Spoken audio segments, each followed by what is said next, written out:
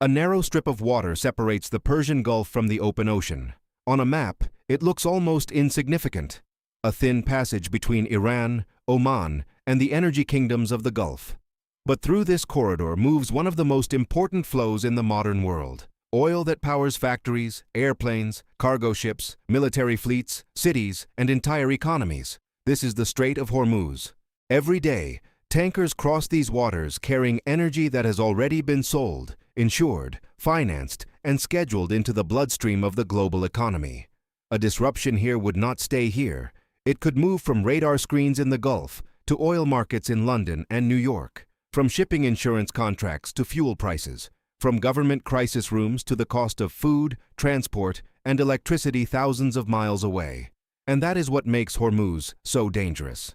It is not only a maritime route, it is a pressure point, a place where geography gives nations leverage, where military risk becomes economic risk, where a drone, a missile, a mine, a seizure, or even a credible threat can change the calculations of governments and corporations across the world. The question is not simply whether the Strait of Hormuz could be closed. The deeper question is why the global economy allowed so much of its energy security to depend on one narrow passage in one volatile region. Because hidden behind every barrel of oil is a route. Hidden behind every route is a vulnerability. And hidden behind this strait is one of the most fragile foundations of modern power. Before we begin, if you want to understand the hidden forces shaping our world, subscribe to Hidden Power Map. And if this episode helps you see the world differently, leave a like. At first glance, the Strait of Hormuz appears to be just another narrow passage on the map. A strip of water between Iran to the north and Oman, and the United Arab Emirates to the south. It connects the Persian Gulf to the Gulf of Oman, and from there to the Arabian Sea, the Indian Ocean, and the rest of the world. For most people, it is a name that appears only during moments of crisis, when oil prices rise, when warships move, when headlines mention Iran, sanctions, missiles, tankers, or threats to global shipping. The visible story is familiar. Tensions increase in the Middle East, governments issue warnings, military vessels enter the region, oil markets react, analysts debate whether prices will spike. News channels show maps of the Gulf, arrows pointing through a narrow waterway, and dramatic images of tankers crossing a tense maritime corridor. For a few days, the world remembers that this small passage exists. Then, if the crisis does not explode, attention moves elsewhere. But the Strait of Hormuz is not important only during a crisis. It is important every single day, precisely because it works so quietly when there is no crisis at all. Through this passage moves a major share of the world's seaborne oil. Tankers leaving Saudi Arabia, Iraq, Kuwait, Qatar, the United Arab Emirates, and Iran pass through these waters on their way to refineries and consumers across Asia, Europe, and beyond. The journey may begin at terminals in the Gulf, but its consequences reach factories in China, fuel stations in India, airlines in Europe, shipping companies in Singapore, and households that never look at a maritime map. That is the first hidden tension. The world experiences oil as a price, a number on a screen, a cost at the pump, a line in an inflation report, a bill for transportation, electricity, fertilizer, plastics, heating, or industrial production. But before oil becomes a price, it is a physical object that must move through space. It must be extracted, stored, loaded, insured, transported, refined, and distributed. And at one of the most important points in that journey, it must pass through Hormuz. This is why the surface story is incomplete. When people hear about the Strait of Hormuz, they often imagine a simple scenario. Either the strait is open or it is closed. Either oil flows or it stops. But the real danger is more complicated. The world economy does not need a complete shutdown to feel pressure. It can be shaken by uncertainty alone. A tanker owner may hesitate before entering a riskier zone. An insurer may raise premiums. A refinery may search for alternative supplies. A government may release strategic reserves. A trader may buy futures contracts in anticipation of disruption. A navy may increase patrols. A shipping company may change routes. A single incident can become a signal. A single signal can become a market reaction. And a market reaction can become a real cost for people who live far from the Gulf. The Strait of Hormuz is dangerous because it sits at the intersection of three forces that normally remain separated in public imagination: energy, geography, and military power. Energy because so much oil and liquefied natural gas moves through the region. Geography because the passage is narrow, fixed, and impossible to replace quickly. Military power because several states, fleets, missiles, drones, surveillance systems, and strategic interests operate around it at the same time. This is not a remote local dispute. It is a global pressure point disguised as a regional waterway. For Iran, the strait is part of its geography and strategic leverage. For Saudi Arabia and other Gulf exporters, it is a gate through which national revenue reaches the world. For the United States, it has long been connected to the protection of maritime routes and the balance of power in the Gulf. For China, India, Japan, South Korea, and other major importers, it is a channel tied to energy security and economic stability. For markets, it is a place where risk becomes price. For ordinary people, it is one of the invisible reasons why a conflict thousands of miles away can affect the cost of fuel, food, transport, and manufactured goods. And that is the central question of this episode. Why can one narrow passage in one tense region influence the entire world economy? The answer is not just oil. Oil is the visible surface. The deeper answer is the structure that carries it. A global energy system built around concentrated routes, limited alternatives, military exposure, and constant calculation. Hormuz matters because it reveals something the modern economy often tries to hide. Globalization depends not only on trade agreements, financial markets, and advanced technology. It depends on physical corridors that can be mapped, watched, threatened, defended, and disrupted. The world may look digital, fast, and abstract, but part of its power still travels slowly across the sea, inside steel tankers, through narrow waters, under the shadow of missiles, patrol boats, aircraft, satellites, and political decisions.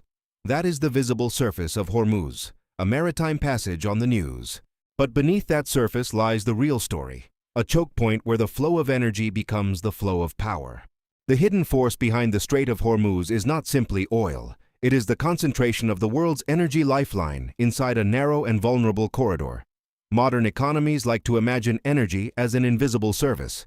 Lights turn on, aircraft take off, supermarkets remain stocked, trucks move across highways, factories operate on schedule, smartphones arrive in boxes, cities wake up every morning expecting fuel, electricity, plastics, chemicals, and transport to be available. But behind that apparent normality is a physical chain. Oil does not appear by itself in refineries. Diesel does not appear by itself in trucks. Jet fuel does not appear by itself at airports. The world's energy system depends on routes, terminals, ports, pipes, tankers, insurance contracts, maritime law, satellite monitoring, naval escorts, and geographic passages that cannot simply be moved. Hormuz is one of those passages. Its power comes from compression. A huge share of energy exports from the Gulf must squeeze through a limited maritime space before reaching the open ocean. That compression transforms geography into leverage. The countries around the Gulf may produce oil and gas on land, but to reach the world, much of that energy must cross the sea. And once it enters the sea, it becomes exposed to risks that are not only geological or commercial, but military and political. This is the difference between owning energy and moving energy. A country may have vast reserves, a company may have long-term supply contracts, a refinery may expect deliveries months in advance, but if the route between producer and consumer becomes uncertain, every contract becomes more fragile. The market does not wait for a complete breakdown. It reacts to the possibility of one. That is why Hormuz is not dangerous only in the extreme scenario of total closure. It is dangerous because the threat environment around it can raise the cost of movement before the movement stops. A tanker passing through a calm sea is one economic calculation. A tanker passing through waters watched by drones, missiles, patrol boats, submarines, mines, surveillance aircraft, and rival navies is another. The oil inside the ship may be the same, but the risk attached to it changes. And when risk changes, price changes. This is the invisible mechanism. Hormuz converts geopolitical tension into economic cost. A missile does not need to hit every tanker to affect markets. A mine does not need to sink a fleet to change insurance premiums. A seizure does not need to stop all shipping to make companies reconsider exposure. A credible threat does not need to become a full blockade to force governments into emergency planning. In a system built on speed, confidence, and constant flow, uncertainty itself becomes a form of disruption. The global oil market is especially sensitive because it is not just a market for today's barrels. It is a market of expectations. Traders price risk, refineries plan supply, Airlines hedge fuel. Shipping companies calculate routes. Governments estimate inflation. Central banks watch energy costs because they influence almost everything else. When Hormuz becomes more dangerous, the reaction travels faster than the ships themselves. This is why a narrow waterway can influence decisions in places that never import directly from the Gulf. Oil is globally priced. If supply from one region becomes riskier, the pressure spreads through benchmarks, contracts, inventories, freight rates, and expectations. A refinery in Asia may feel it first, but soon an airline in Europe, a trucking company in Africa, a farmer buying diesel in Latin America, or a consumer paying for imported goods can feel a version of the same shock. The hidden force is also asymmetry. The cost of threatening a choke point can be far lower than the cost of defending it, replacing it, or absorbing the consequences of disruption. Naval patrols, surveillance systems, missile defense, diplomacy, emergency reserves, rerouted cargoes, higher insurance, and alternative supply contracts all require enormous coordination. But the perception of danger can be created by far smaller actions. That asymmetry gives Hormuz strategic weight. For Iran, geography creates leverage. Its coastline faces the northern side of the strait, and its military doctrine has long emphasized the ability to impose costs on stronger adversaries in nearby waters. For Gulf exporters, the same geography creates dependence. Their economic strength comes partly from energy exports, but those exports must pass through a corridor they do not fully control. For outside powers, especially those that depend on stable energy flows or global maritime trade, Hormuz becomes a place that must be monitored, defended, and constantly interpreted. But this does not mean the strait is easy to close or control. That is one of the most misunderstood parts of the story. Hormuz is not a simple switch. It is not a door that one actor can shut without consequences. Any serious disruption would bring military, economic, diplomatic, and regional costs. It would also hurt exporters inside the Gulf, including any actor that depends on energy revenue. This is precisely why the danger is so complex. The strait is too important to ignore, too risky to casually close, and too exposed to assume it will always remain safe. The world has tried to reduce this vulnerability. Pipelines have been built to bypass part of the route. Strategic reserves have been created. Importers have diversified suppliers. Navies patrol sea lanes. Energy markets have become more flexible than they were decades ago. But none of these solutions fully erase the importance of Hormuz. Alternatives exist, but they are limited. They can relieve pressure. They cannot instantly replace the corridor. That is the hidden structure behind the headlines. The Strait of Hormuz matters because it concentrates energy, geography, military risk, and market psychology in one place. It turns distance into dependence. It turns local tension into global calculation. It reminds the world that energy security is not only about how much oil exists underground, but whether that oil can move safely across the surface of the planet. Hormuz is not just a passage for tankers. It is a narrow channel through which the confidence of the global economy must pass. The Strait of Hormuz is not controlled by one actor. It is shaped by a network of interests that overlap, compete, and depend on each other in ways that make the passage both vital and dangerous. On one side is Iran. Geography gives it proximity, visibility, and leverage. Iran does not need to dominate the entire ocean to matter. It only needs to operate near a corridor that the global economy cannot easily ignore. Its coastline, islands, missile systems, naval forces, drones, patrol boats, and surveillance capabilities create a strategic reality. Any major confrontation involving Iran can quickly become a maritime crisis. For Tehran, Hormuz is not just water. It is a pressure point in a wider struggle over sanctions, regional influence, military deterrence, and bargaining power. But Iran is also constrained by the same geography it can use. The Gulf is not separate from Iran's own economy. Energy exports, regional trade, diplomatic relationships, and internal stability are all affected by what happens in these waters. A full closure would not only hurt rivals, it would also create enormous consequences for Iran itself, inviting military escalation and economic pressure. This is why the strait is often more powerful as a threat, a signal, or a shadow over markets than as a permanently closed gate. On the other side are the Gulf exporters, Saudi Arabia, the United Arab Emirates, Kuwait, Qatar, Iraq, and others whose national budgets, development plans, infrastructure projects, and political stability are deeply connected to energy exports. For these countries, Hormuz is both a road to wealth and a structural vulnerability. Their oil and gas fields may be on land or offshore platforms, but their revenue often depends on ships leaving the Gulf safely. A tanker route becomes a fiscal artery. A port becomes a national security asset. A maritime corridor becomes part of the state's economic foundation. Saudi Arabia has more territory, more infrastructure, and some ability to move oil toward the Red Sea. The United Arab Emirates has developed export capacity outside the strait through Fujairah. These alternatives matter. They reduce total dependence. They create flexibility. They send a message that the Gulf is not completely trapped behind Hormuz. But they do not eliminate the choke point. The volumes are too large, the infrastructure too specialized, and the global system too dependent on regular maritime flow. Bypass routes are safety valves, not replacements for the entire system. Then there is the United States. For decades, American power in the Gulf has been tied to the protection of maritime routes, the security of allied states, and the prevention of any hostile force from dominating the region's energy flows. Even as the United States has become a major energy producer itself, Hormuz still matters to Washington because oil prices are global, allies are exposed, and maritime order is a pillar of American strategic influence. The U.S. Navy is not present in the Gulf only because of the oil burned inside American cars. It is there because control over sea lanes is control over the operating system of globalization. But American involvement also creates tension. To some actors, it is a stabilizing force. To others, it is a military pressure that intensifies confrontation.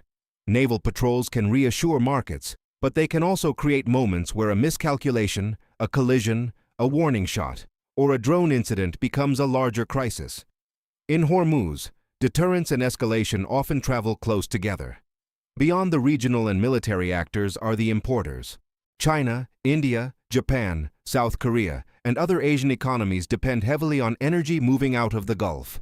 Their factories, power plants, petrochemical industries, airlines, shipping fleets, and consumer markets are connected to the stability of these flows. For them, Hormuz is not an abstract geopolitical issue. It is a question of energy security, industrial continuity, and price stability. A disruption in the strait can become a strategic problem in Beijing, New Delhi, Tokyo, or Seoul before it becomes visible to consumers. China's position is especially important. It is a major buyer of Gulf energy, but the sea lanes that carry that energy pass through regions where U.S. naval power remains highly influential. This creates a quiet strategic paradox. The world's largest manufacturing power relies on energy flows through maritime routes still shaped by American security architecture. That does not mean automatic conflict, but it does mean that Hormuz sits inside a larger map of competition between trade dependence, military presence, and global influence. There are also quieter actors, less visible, but extremely powerful. Insurance companies decide how expensive it is to send a tanker through dangerous waters. Shipping firms decide whether risk is acceptable. Commodity traders interpret every signal, every statement, every military movement. Refiners adjust supply contracts. Banks finance cargoes. Port operators schedule flows. Satellite companies track vessels. Maritime security firms assess threats. None of these actors command armies, but together they translate geopolitical tension into real economic consequences. And then there are ordinary consumers, who rarely appear in strategic maps, but ultimately absorb part of the cost. A family buying fuel, a farmer paying for diesel, an airline purchasing jet fuel, a factory dependent on petrochemicals, a government trying to control inflation, all are connected to decisions made around this narrow corridor. They do not sit in the crisis rooms. They do not command ships. But when risk enters the system, they help pay for it. This is what makes the network around Hormuz so complex. No actor has complete control, but many actors have the ability to influence the risk. Iran can signal pressure. Gulf exporters can diversify routes. The United States can deploy force. Asian buyers can seek alternative suppliers. Insurers can raise costs. Traders can move prices. Governments can release reserves. Navies can escort ships. Companies can delay decisions. Each move changes the calculation of everyone else. The Strait of Hormuz is therefore not just a place. It is a bargaining table made of water, oil, steel, missiles, contracts, and expectations. Every tanker that passes through it crosses not only a geographic boundary, but a network of interests where energy security, military power, national revenue, and global prices are constantly being negotiated. The importance of the Strait of Hormuz was not created overnight. It was built slowly, through geography, empire, oil discoveries, industrial growth, war, and the decision of the modern world to make the Persian Gulf one of the central engines of global energy. For centuries, Hormuz was already a strategic gateway. Merchants, empires, and naval powers understood that this narrow passage connected the interior waters of the Gulf to the wider Indian Ocean. Whoever could influence this route could influence trade, moving between Arabia, Persia, South Asia, and beyond. But the strait became globally decisive only when oil transformed the region from a maritime crossroads into the energy heart of the industrial world. In the 20th century, oil reshaped the Gulf. Saudi Arabia, Iran, Iraq, Kuwait, Qatar, and the United Arab Emirates became central to the supply of energy that powered cars, aircraft, militaries, factories, petrochemical plants, and modern cities. As the world's demand for oil expanded, the Gulf's reserves became not only a commercial asset, but a strategic foundation. Energy was no longer just a commodity, it became a condition of national power. This changed the meaning of Hormuz. The strait was no longer simply a geographic opening. It became the exit gate for one of the most valuable flows on Earth. Every new oil field, every export terminal, every refinery contract, every tanker route, and every industrial economy dependent on Gulf crude added weight to the same narrow corridor. The more the world consumed, the more Hormuz mattered. The more countries built their growth around imported energy, the more this passage became a point of shared vulnerability. The turning point was not only the discovery of oil, it was the moment oil became inseparable from global stability. The oil shocks of the 1970s revealed how energy disruptions could move through the entire world economy. Prices, inflation, industrial output, political pressure, and public anxiety could all be transformed by a change in supply or expectation. From that period onward, energy security became a permanent concern of governments. It was no longer enough to ask how much oil existed. The deeper question became, who controls the production, who controls the routes, and what happens if those routes are threatened? Then came the Iran-Iraq War in the 1980s, and with it the so-called tanker war. Commercial ships became part of the battlefield. Tankers were attacked, naval escorts increased, mines threatened shipping, and outside powers were drawn more directly into the protection of Gulf routes. The message was clear. The Strait of Hormuz was not protected by economic importance alone. Even the most valuable corridor in the world could become exposed to military conflict. That period helped define the modern strategic reality of Hormuz. It showed that energy routes are not neutral spaces floating above politics. They are physical corridors inside contested regions. They can be defended, threatened, mined, patrolled, insured, and turned into instruments of pressure. The modern oil economy learned that a tanker is not only a vessel carrying fuel. In a crisis, it can become a target, a signal, a bargaining chip, or a trigger. After the Cold War, the Gulf remained central to American military planning. The United States built and maintained a major security presence in the region, not only to protect allies, but to prevent any single hostile power from controlling the flow of energy out of the Gulf. This presence helped reassure markets and importers, but it also placed American forces close to Iranian forces in one of the most sensitive maritime spaces on Earth. The result was a constant strategic tension. The same military architecture designed to prevent disruption could also become part of the escalation risk. At the same time, Gulf states began trying to reduce their exposure. Pipelines were expanded or developed to move some oil toward the Red Sea or to terminals outside the Strait of Hormuz. The United Arab Emirates strengthened the role of Fujairah on the Gulf of Oman. Saudi Arabia invested in routes that could send part of its crude westward. These projects were not signs that Hormuz had become irrelevant. They were proof of the opposite. Countries do not spend billions building bypasses around a route unless that route is a vulnerability. But the bypasses remained partial. The geography of the Gulf could be softened, not erased. The volume of energy moving through Hormuz was too large. The infrastructure built over decades was too concentrated. The global refining system was too deeply connected to predictable maritime flows. A pipeline can reduce risk for some barrels, but it cannot instantly redesign the energy map of the world. Then, in the 21st century, a new layer was added: sanctions, drones, cyber capabilities, precision missiles, surveillance networks, and competition among great powers. The strait became part of a more complex battlefield, where pressure does not always look like open war. A tanker seizure, a damaged vessel, a warning from a naval command, a missile test, or a sudden rise in insurance costs can all become strategic messages. Hormuz entered the age of hybrid pressure, where the line between military signaling and economic disruption is deliberately thin. This is how the current situation was created, not by one event, but by decades of dependency. The world built an energy system around the Gulf because the reserves were massive, the exports were essential, and the maritime route was available. Gulf states built national economies around exporting through that system. Importing countries built industrial growth around receiving it. Naval powers built security strategies around protecting it. Markets built expectations around its continuity. And now, the result is a paradox. The Strait of Hormuz is too important to be allowed to fail, but too exposed to be considered safe. Its danger comes from history layered onto geography, oil dependence, regional rivalry, military presence, sanctions, infrastructure limits, and global demand all compressed into the same narrow sea lane. The world did not accidentally become vulnerable to Hormuz. It grew into that vulnerability, decade by decade, barrel by barrel, tanker by tanker, until one small passage became one of the most strategic points in the global economy. The real impact of the Strait of Hormuz is not measured only in barrels, tankers, or naval deployments. It is measured in the way a distant maritime crisis can enter ordinary life without most people ever seeing the waterway that caused it. If the strait becomes unstable, the first shock is usually psychological. Traders look at the map and calculate risk.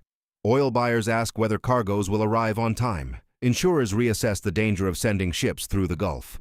Shipping companies review routes, crews, security, and contracts. Governments hold emergency meetings. Refineries begin checking inventories. Before any complete closure happens, the system starts pricing fear.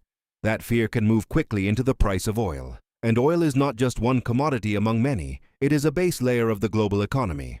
It powers trucks that move food, ships that carry goods, aircraft that connect continents, machines that build infrastructure, and supply chains that depend on predictable transportation costs.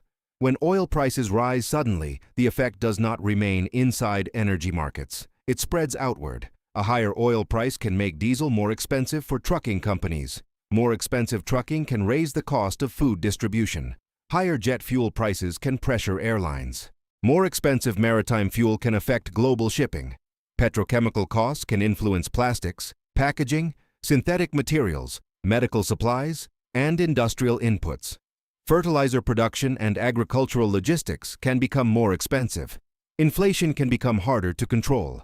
Governments may face pressure to subsidize fuel, release strategic reserves, or explain why a conflict far away is changing household budgets at home. This is the hidden path from Hormuz to daily life. A tanker waits, a premium rises, a contract changes, a benchmark moves, a refinery adjusts, a trucker pays more, a supermarket raises prices. A family feels the impact without ever knowing the chain of events. The danger is amplified because the modern economy is built on timing. Energy cargoes are not just valuable, they are scheduled. Refineries are designed to process certain grades of crude. Power plants and industries depend on regular deliveries. Airlines buy fuel through complex contracts. Shipping networks operate on narrow margins and tight calendars. A disruption does not need to last forever to create damage. Even a temporary interruption can force companies to search for replacement supplies, pay higher freight costs, draw down inventories, or delay production. For import-dependent countries, the consequences can be strategic. Japan and South Korea, with limited domestic energy resources, must think about Hormuz as a question of national resilience. India, with its enormous demand and growing economy, must consider how energy prices affect inflation, transport, agriculture, and political stability. China must weigh industrial continuity, maritime exposure, and dependence on Gulf suppliers. In each case, the strait is not only a foreign policy issue. It is connected to factories, ports, power grids, and the cost of growth. For Gulf exporters, a crisis can be equally dangerous. Oil may become more expensive during tension, but if tankers cannot move safely, revenue is threatened. Export terminals lose reliability. Customers seek alternatives. Investors reassess risk. Development projects tied to energy income face uncertainty. A state that depends on selling energy cannot benefit indefinitely from a route that buyers are afraid to use. This is why Hormuz is a weapon that can cut in more than one direction. There is also the impact on liquefied natural gas. The Gulf is not only an oil corridor, it is also a route for gas that helps power cities, industries, and electricity systems. If LNG cargoes face delays or higher risk, countries that rely on imported gas may face tighter supply and higher prices. In colder seasons or during periods of high electricity demand, that pressure can become especially serious. Energy security is not just about cars and gasoline. It is about electricity, heating, industry, and the stability of entire energy systems. A temporary closure or severe disruption would also test emergency reserves. Strategic petroleum reserves can reduce panic, but they are not magic. They can buy time, smooth shocks, and signal government action. They cannot instantly replace every disrupted cargo, solve refining mismatches, or remove fear from the market. Reserves are cushions, not cures. If uncertainty persists, the world still needs new supplies, safe routes, and confidence that ships can move. Then comes the financial layer. Oil price spikes can influence inflation expectations. Inflation expectations can affect interest rates. Higher interest rates can slow investment, raise debt costs, and pressure governments already struggling with budgets. In this way, a maritime chokepoint can travel into central bank decisions and national economic planning. The route from Hormuz to a mortgage rate or a government budget is not direct, but it exists through the chain of energy, inflation, confidence, and policy. The social effects can be uneven. Wealthier countries may absorb higher costs more easily. Poorer countries, especially those dependent on imported fuel and food, may suffer faster. A rise in energy prices can strain public finances, weaken currencies, raise transport costs, and make basic goods more expensive. For millions of people, the impact of a geopolitical crisis does not appear as a headline about tankers. It appears as a smaller fuel purchase, a more expensive bus ride, a higher food bill, or a government forced to choose between subsidies and debt. This is why Hormuz matters beyond strategy rooms. It exposes how fragile the invisible systems behind modern comfort can be. The world often speaks about energy transition, digital economies, artificial intelligence, and financial innovation. But much of daily life still depends on physical fuel moving through physical routes. The global economy may be connected by data, but it is still powered by ships. A crisis in the Strait of Hormuz would not affect everyone in the same way, and it would not automatically collapse the world economy. But it could create a shock powerful enough to remind governments, companies, and consumers that globalization has pressure points. Some are in computer networks, some are in financial systems, some are in ports, canals, pipelines, and narrow seas. Hormuz is one of the most important because it connects the price of energy to the geography of risk. It shows how a local incident can become a global signal, how a military standoff can become an inflation problem, and how a narrow passage of water can reach into the life of someone who has never heard its name. Before we continue, if you want to understand the hidden forces shaping our world, subscribe to Hidden Power Map. And if this episode helps you see the world differently, leave a like. The Strait of Hormuz is dangerous because it reveals a truth the modern world often forgets. Power is not only held in capitals, military bases, stock exchanges, or corporate headquarters. Sometimes power is held in geography, in a narrow passage, in the distance between two coastlines. In the route a tanker must cross before energy can become movement, electricity, production, food, trade, and growth. The visible story is about oil, Iran, Saudi Arabia, the United States, warships, sanctions, and market reactions. But the hidden force is deeper than any single headline. Hormuz is the pressure valve of the global oil economy. It concentrates energy flows, military risk, national revenues, market psychology, and ordinary life inside one fragile corridor. That is why the world watches it so closely, not because a crisis there would remain local, but because the consequences would travel through the entire system. A temporary closure would be dramatic. But the deeper danger is not only closure, it is uncertainty. A world built on continuous movement can be shaken by doubt.